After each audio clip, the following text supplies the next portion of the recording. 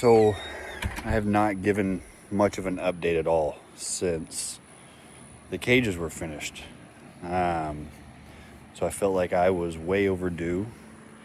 Told you the YouTube thing was all very new to me, so I kind of fell off on updating and videos as we were progressing. But since the finishing of the second hutch, we do have our rabbits now. I got one buck and one doe. We went to New Zealand. There's a local breeder here that very informative, very knowledgeable, and that's what he had, so that's what we went with. I wanted to go with the Tamuks with our Texas heat, but decided I'd try anyway. And so now we're here in the middle of July, and at the very beginning of June, I knew it was going to be getting hot, and I knew that heat could be an issue with having baby rabbits, but I was like, you know what? Let's try it. Let's see if we can get one litter in before it gets real hot.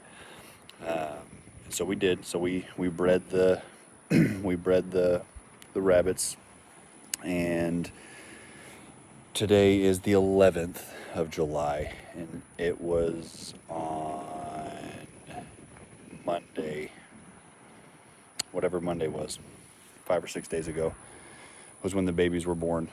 And so it was like right at 31 or 32 days of pregnancy. But she had 8 babies. And today we actually lost our third. So we are down to 5. But I wanted to give you a little update on how they're doing and how they've been living. So here we have our buck. So here's Buck. Here's the buck. Of course, our daughters went with a very original name, named him Bugs. He's got a little house in here, and he's got his pad, his feeder. He just finished his hay, actually, and some water. These two things, the little house that I got for him and the little rubber pad, he moves them everywhere. And then our doe, this is Lola, and Mama's.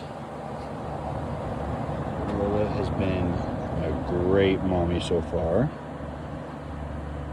And then here's our little babies. Our nesting box is entirely too big. Oh, an active thing. Goodness.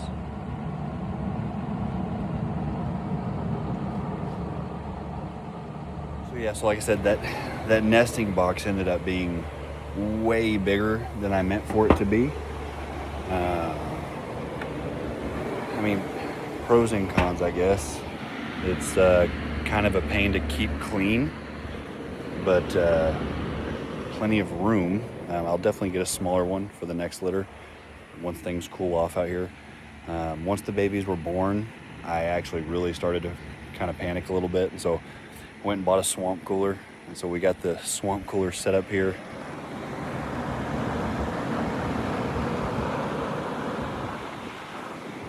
It's kind of blowing under them and around them, not right at them. Actually, I just took a frozen gallon and apple juice jug. Just took those out of there once they thawed, but I've been keeping those in the cages as well for them to nestle up against to keep them cool. Got some ice molds, some big ice cube molds that I've been putting in there, letting them kind of lick on it. And the buck, Bugs, he loves that thing. He just gnaws on it the whole time. But yeah, so I mean, the buck and the doe are doing really well. They've handled the heat well. I mean, obviously the swamp cooler helps, and the frozen jugs help a lot. But the bunnies are where we kind of started to freak out a little bit.